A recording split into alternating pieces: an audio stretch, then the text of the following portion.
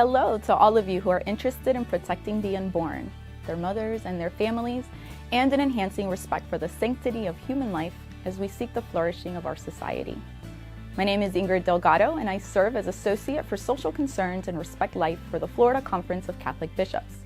The conference serves as the public policy voice of the Catholic Bishops of Florida. As you know, the Catholic Church is pro-life for the whole life. We advocate for all life in all of its stages. As the U.S. bishops have stated, all the life issues are connected, for erosion of respect for the life of any individual or group in society necessarily diminishes respect for all life.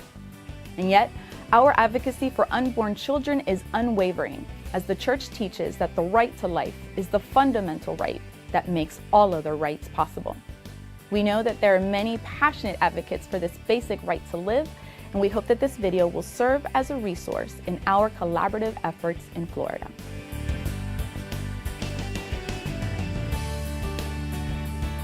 The tragic U.S. Supreme Court decision in Roe v. Wade and its companion case, Doe v. Bolton, established legal abortion on demand in the United States in 1973. Roe v. Wade is certainly a key hurdle to overcome in ending abortion in the U.S.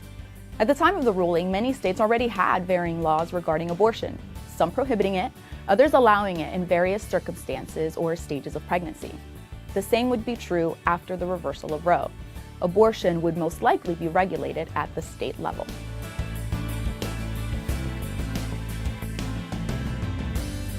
If the court decision in Roe v. Wade were reversed today, each state's current abortion laws would remain intact, and Florida could maintain some of the broadest abortion laws in the country. This is largely due to a 1989 state Supreme Court ruling regarding the right to privacy for Floridians. In a legal challenge to a law requiring parental consent prior to a child's abortion, the court granted broad abortion rights for women in Florida.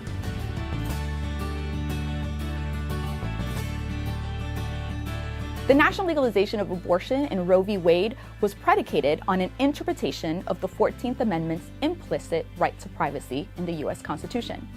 Since then, courts at the federal and state levels consider rights to privacy when deliberating on the constitutionality of abortion laws.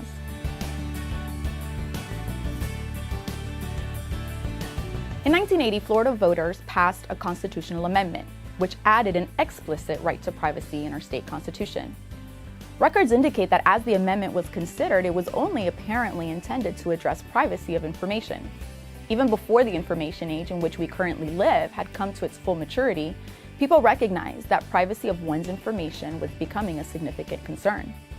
The amendment makes no mention of abortion. However, the Florida Supreme Court has interpreted this amendment as providing a broader right to privacy and a broader right to abortion in Florida than provided at the federal level.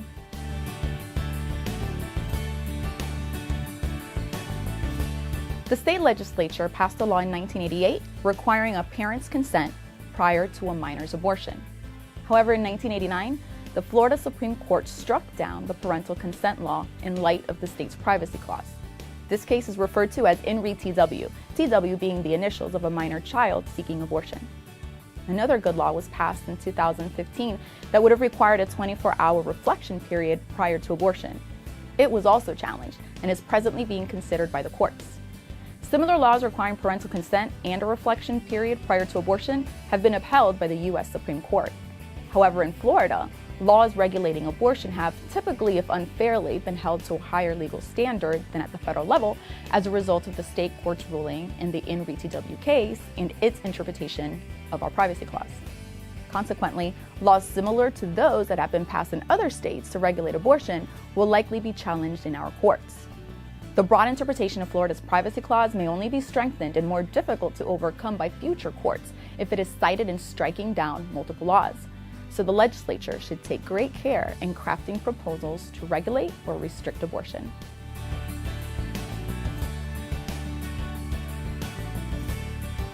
Florida voters could address the challenges posed by the privacy clause by passing a constitutional amendment to clarify that Florida's privacy clause is not intended to extend a broader right to abortion than the federal constitution.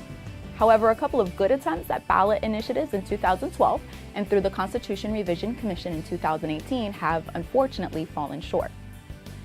The Florida Supreme Court could also provide further direction or nuance on abortion regulation in light of the state constitution's privacy clause, as it considers challenges to other pro-life laws that reach it. This could occur through the pending challenge to the law requiring a reflection period prior to abortion, known as Gainesville Women's Center versus the state of Florida.